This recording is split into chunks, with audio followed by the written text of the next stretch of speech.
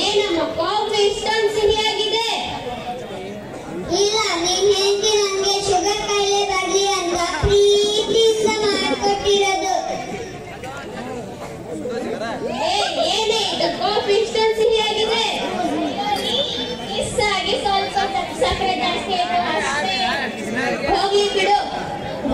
ಅಡಿಗೆ ಆದ್ರೂ ಮಾಡಿದ್ಯಾ? ಹೊಟ್ಟೆ ಹಸಿತಾ ಇದೆ. ಆಫೀಸಲ್ಲಿ ಕೆಲಸ ಮಾಡಿ ತುಂಬಾ ಸುಸ್ತಾಗ್ತಾ ಇದೆ.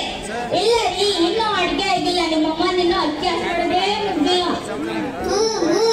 3 ಹೊತ್ತು ಕೆಲಸ ಬಿಟ್ಟು ಮೊಬೈಲ್ ನೋಡ್ತಾ ಕುಳಿತಿರೋದಲ್ಲ, ಅದ್ರ ಬದಲು ಒಂದು ಕೆಲಸ ಮಾಡ್ಬೋದಿತ್ತು ತಾನೆ.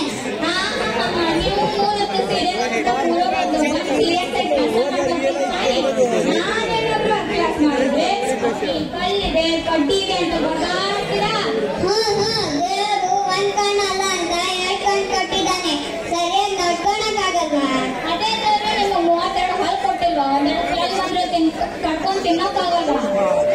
ನೋಡು, ನಿನ್ ಮಗ ನಿನ್ ಸೊಸೆ ಹೇಗ್ ಬೈತಿದ್ದಾಳೆ.